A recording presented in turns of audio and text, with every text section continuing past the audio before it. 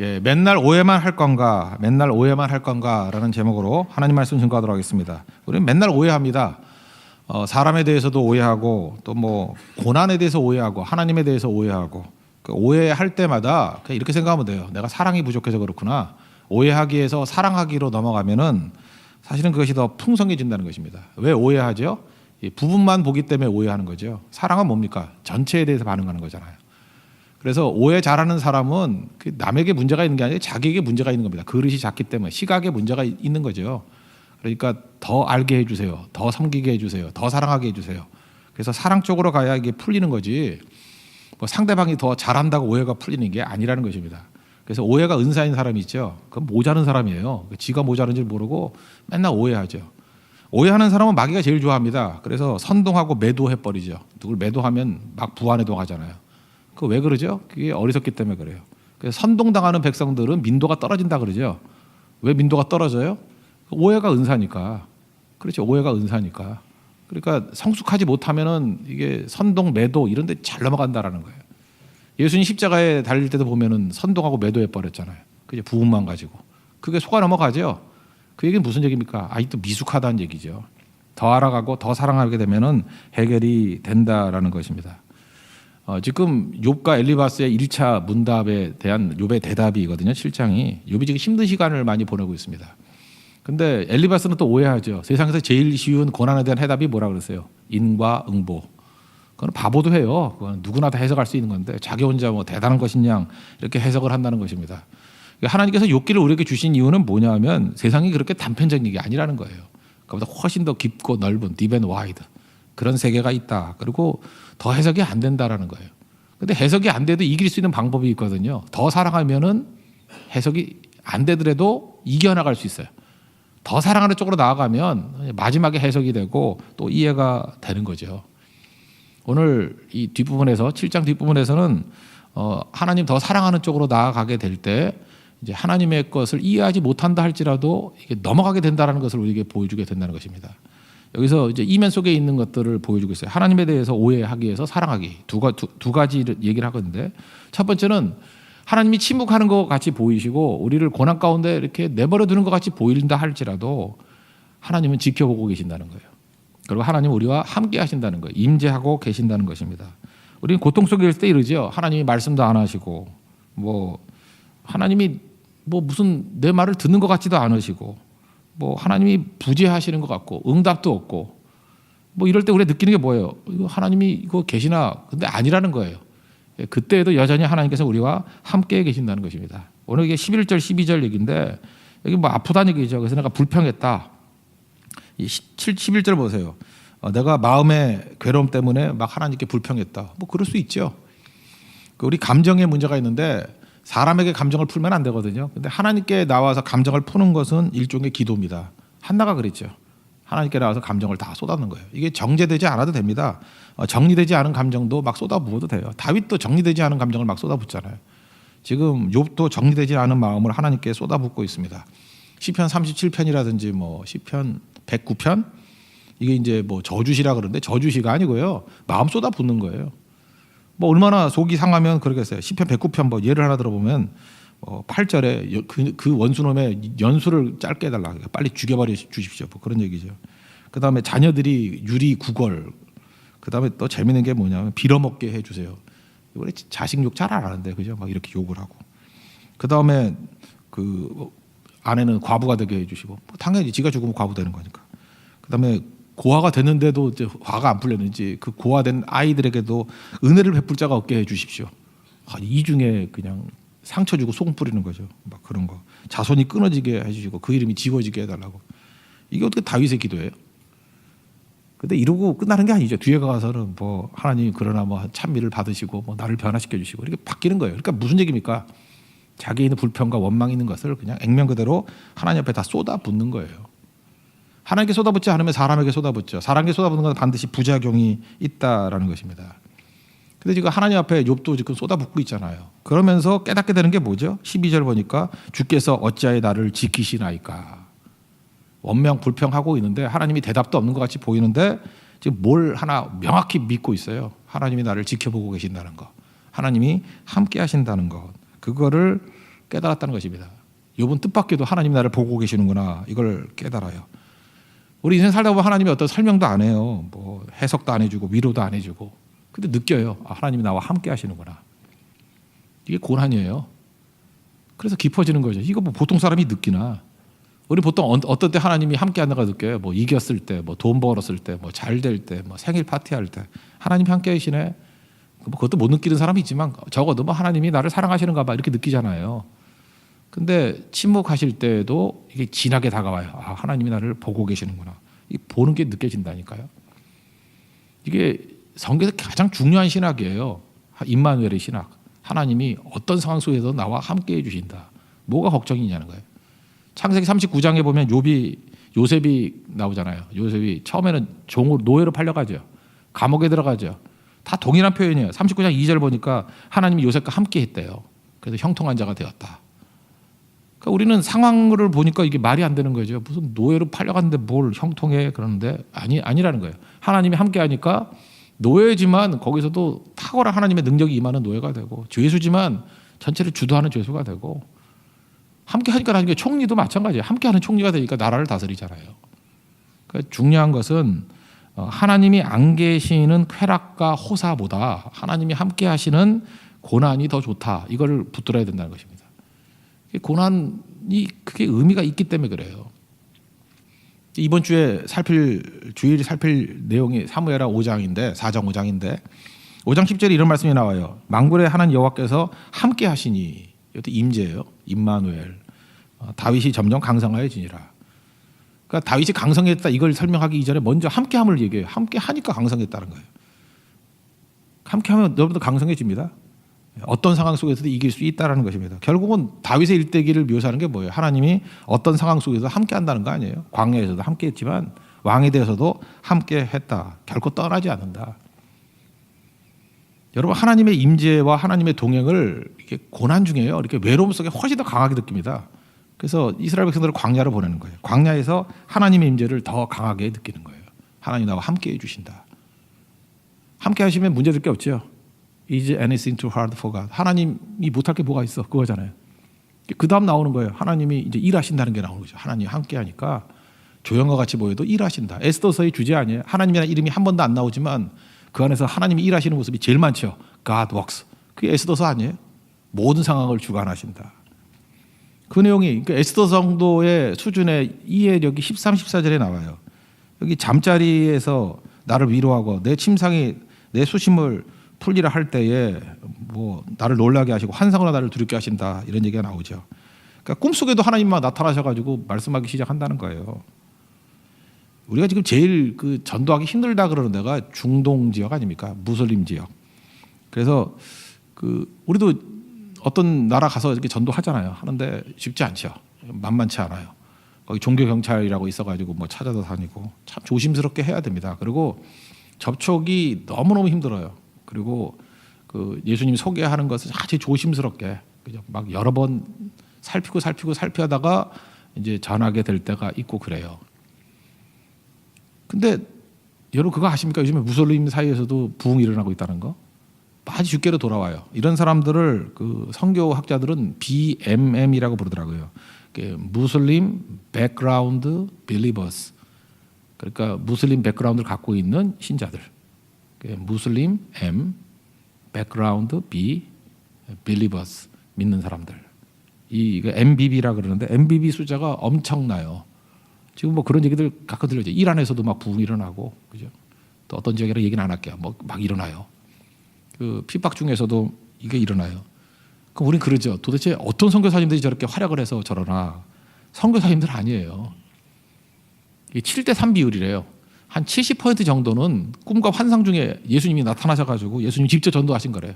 뭐 해석할 길이 없어요. 이 사람들이 예수 왜 믿었냐 그랬더니 꿈꾸는데 예수님이 나타나셨대요. 성경하고 거의 비슷해요. 뭐 해처럼 밝은 분이 오셔서 내가 예수다, 내가 핍박하는 예수다 그런데요. 뭐 얼굴에 온화와 미소를 지으면서 그죠? 예수님이 나타나신다는 거예요. 여러분 모든 꿈이 예수님의 말씀이다라고 말할 수는 없지만 꿈속에서 예수님 말씀하신 경우는 있습니다. 그죠? 이런 경우가 있어요. 특별한 경우에 저는 이걸 믿어요. 그래서 옛날에 중국도 이렇게 복음 증거하기 힘들 때 뭐 이런 기적적인 방법을 통해 가지고 예수님 만난 사람들이 꽤 많이 된다라는 간증을 들었던 적이 있어요. 지금이야 이제 전할 수 있을 때는 또 아니죠, 그죠? 근데 초창기 때는 하나님이 일하시는 거예요. 예수님 일하시는 거예요. 이게 놀라운 거죠. 그래서 MBB 이 무슬림 백그라운드 빌리버스 가운데 70%가 전도받아서 믿는 게 아니래요. 이거 자체가 우리에게 충격 아니에요? 70%가 그냥 예수님 직접 전도하신 거예요. 직접. 자기 체험을 통해 가지고 변화가 됐다라는 거예요. 우리 한국에서 이러면 다 이단돼요. 그죠? 여기서 너무 이거 믿지 마. 뭐 맨날 들었다 그러는 애들 그냥 이슬람으로 보내고 싶어 그냥. 근데 그거 아니고요. 여기에 또 괜히 용기를 얻어 가지고 나도 그런데. 그건 아니에요. 그죠? 근데 이런 특별하게 전도가 안 되고 이런 상황에서는 이런 예외적인 사건들이 이렇게 벌어지기 시작한다라는 것입니다. 변화가 되는 거죠. 잘 보세요. 뭐 우리가 안 한다고 하나님 일 안 하시는 게 아니죠. 하나님께서 이 모양 저 모양으로 일하시고 또 만나게 해주시고. 베드로가 이방인들은 안 믿는 줄 알았잖아요. 그런데 고넬료 같은 사람이 있을지 누가 알았어. 고넬료가 기도하잖아요. 베드로도 기도하고. 한 사람은 유대의 항구인 요빠에 있고 한 사람은 로마의 항구인 가이사라에 있고 만나잖아요. 누가 만나게 해요? 하나님께서 만나게 하시잖아요. 이미 다 준비된 것을 만나게 해주시잖아요. 우리는 자기 노력과 공로를 믿는 사람은 내가 뭘 해야지만 되는 줄 알아요. 근데 하나님께서는 짓지 않은 집에 살게 하시고요. 심지 않은 포도원 과수를 먹게 하시고요. 그렇게 하신다는 거예요. 이미 다 그죠? 만들어진 것들을 만남을 통해서 막 순식간에 이루어져요. 그게 하나님의 은혜죠. 은혜는 만남의 형태로 나타날 때가 굉장히 많이 있다라는 것입니다. 그러니까 오늘 그 얘기를 하고 있는 거예요. 하나님께서 꿈속에서도 나를 만나고 변화시켜 주시고 일하고 계신다. 하나님이 함께 한다는 거죠. 이거 믿는다 그러면 뭐 겁날 게 뭐가 있겠어요. 그죠? 언제나 승리할 수 있다라는 것입니다. 그다음에 15절 16절을 보니까 근데 자기 고통이 너무 심하니까 뭐 죽고 싶다 그 얘기예요. 하여튼 맨날 욕하면 죽고 싶대 뭐 뼈를 깎는 고통이 있었다. 15절 16절에 보니까 내가 생명을 싫어하고 영원히 살기를 원하지 아니하오니 나를 놓으소서 뭐 죽여달라. 3장부터 그러죠. 생일 저주하고 뭐 죽여달라. 근데 여러분 그런 거 아십니까? 그 죽여달라 그러는 사람은 죽고 싶지 않은 거 아세요? 집 나간다 그런 사람은 안 나가는 거예요. 우리 교회도 이제 뭐 이렇게 저도 이제 우리 교회가 아니라 뭐 계속 그랬죠. 이혼하는 부부들 있잖아요. 이혼하는 부부들. 막 싸울 때 있잖아요. 저한테 연락해가지고 목사님 뭐 이게 돼요. 그러고 막 여자가 전화 오고 뭐 남자가 또 전화 와서 그거 오해요. 막 이러고 싸울 땐 절대 이혼 안 해요. 그래서 누구 편 들기도 힘들고 진짜 힘들어요, 그죠? 근데 제 이제까지 경험상 싸울 땐 절대 이혼 안 해요. 근데 갑자기 연락이 안 와. 남자도 연락이 안 오고 여자도 연락이 안 와. 그리고 나중에 안녕하세요 인사해 보면은 이미 이혼했대. 그래서 내가 느낀 게 있어요.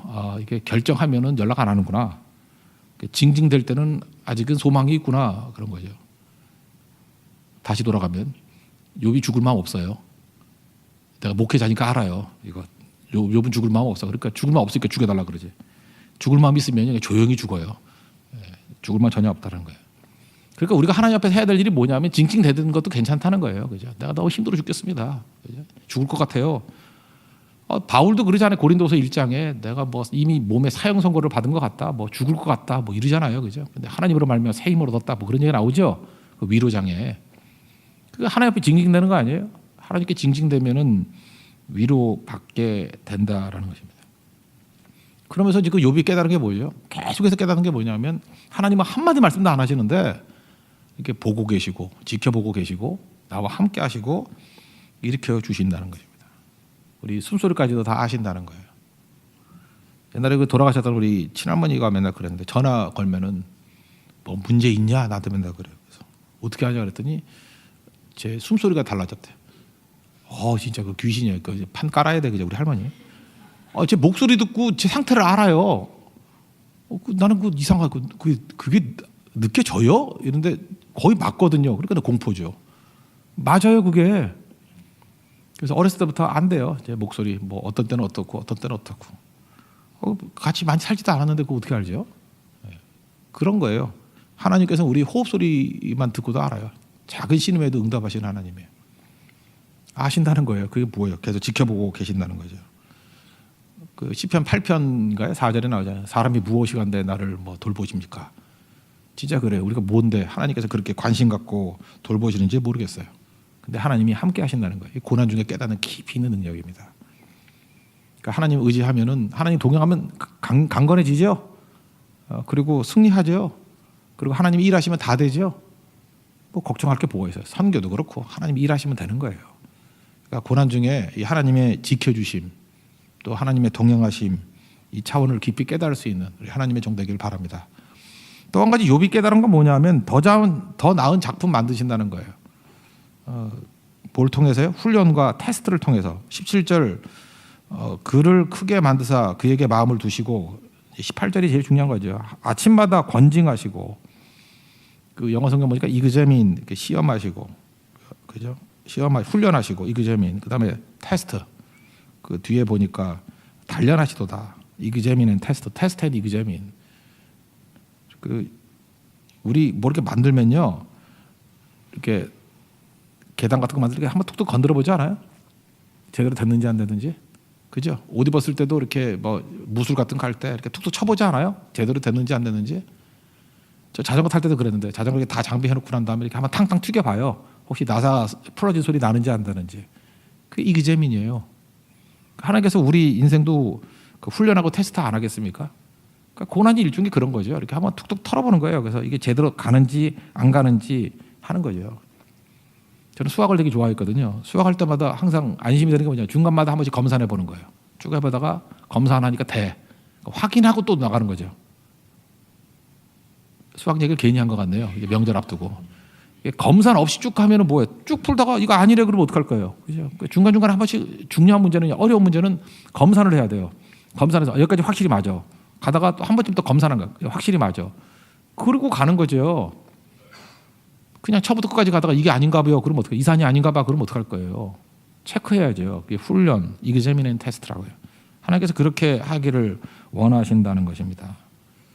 대나무가 높이 올라가죠. 대나무가 20m, 뭐 30m 올라가잖아요. 우리나라에는 덜하지만 일본 같은 데 가면요. 대나무 되게 높아요. 대나무가 높이 올라가는 이유가 뭘까요? 마디가 있어도 대나무 마디.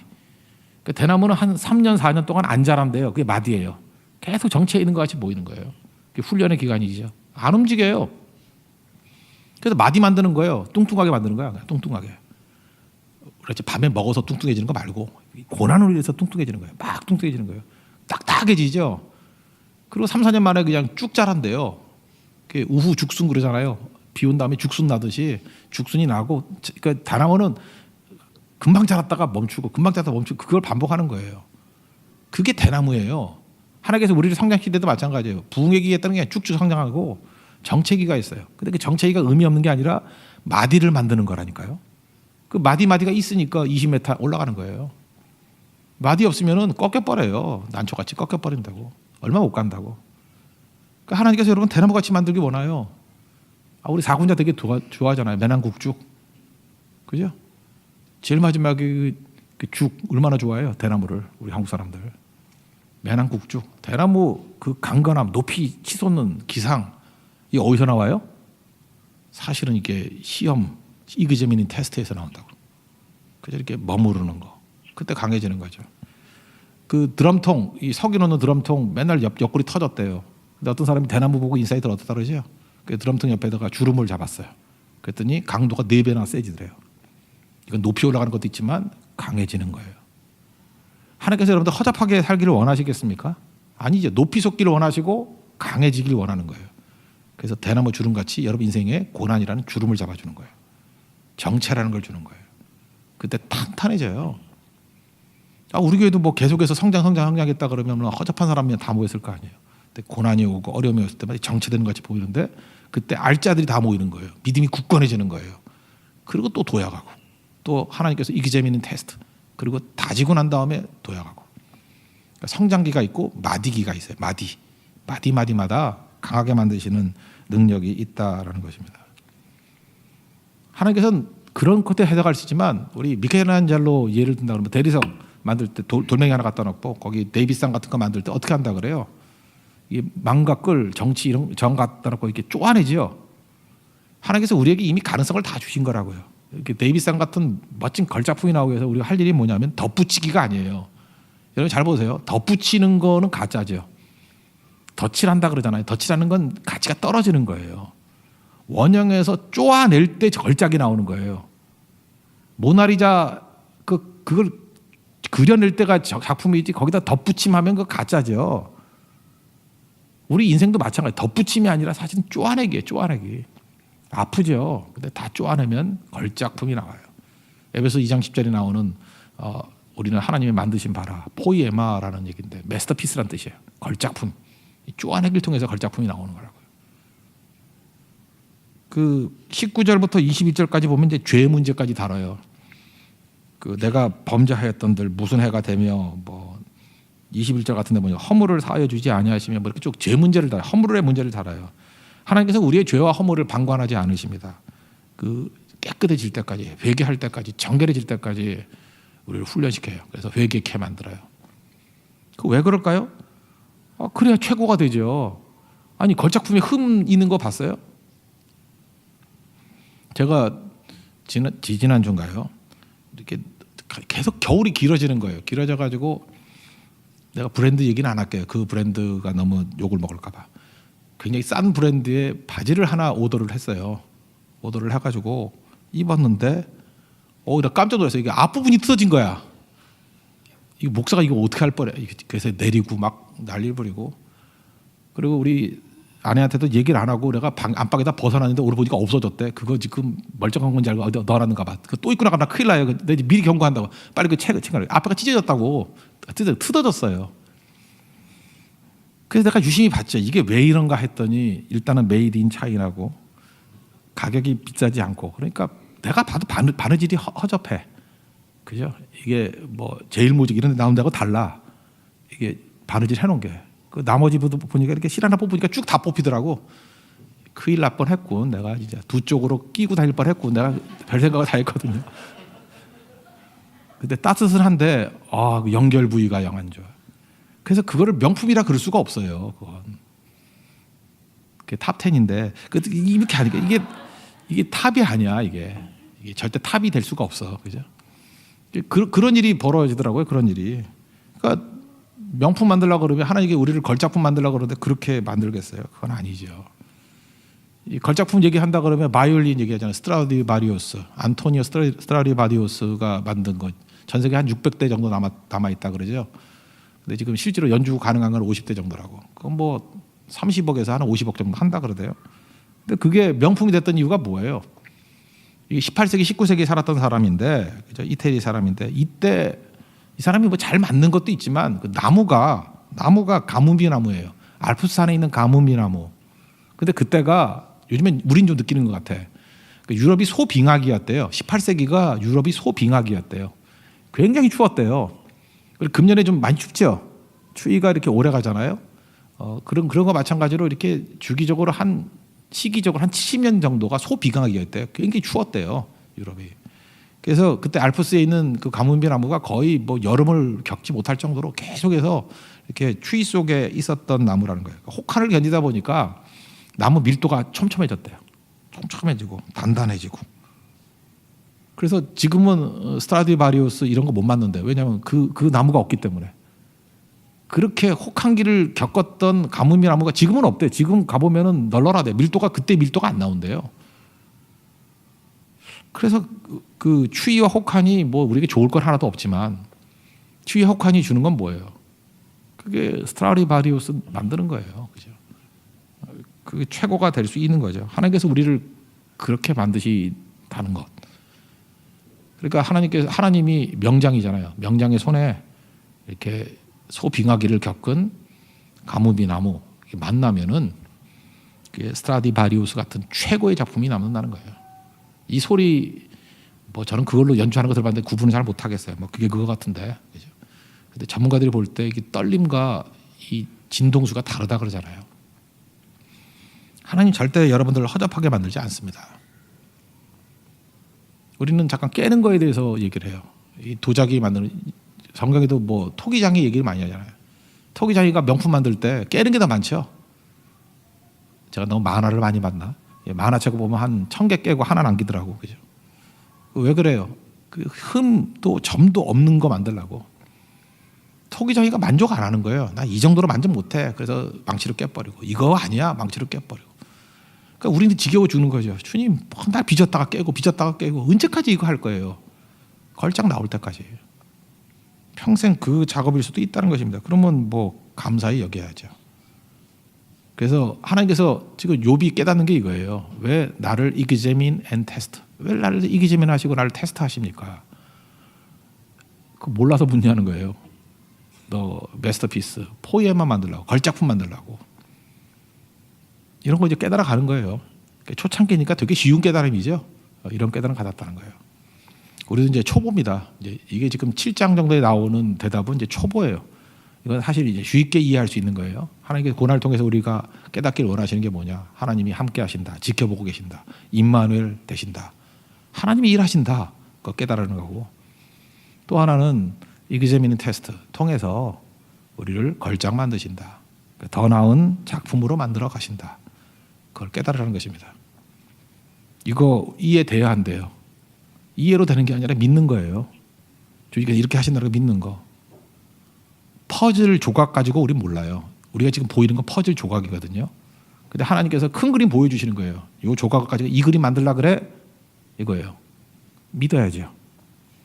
그래서 조각을 감사히 여기는 거예요. 여러분 오늘 살아가는 한순간순간이 퍼즐 조각입니다. 그 조각을 맞추어서 하나님께서 약속하신 대로 보여주신 그 그림이 될 때까지 힘차게 주와 동행해서 승리 이끌 수 있는 믿음의 신시한 되기를 축원합니다. 자리에서 일어나겠습니다. 주가 보이신 생명의 길 찬양했습니다. 결국 정문같이 만드시겠죠. 주가 보이신 생명의 길.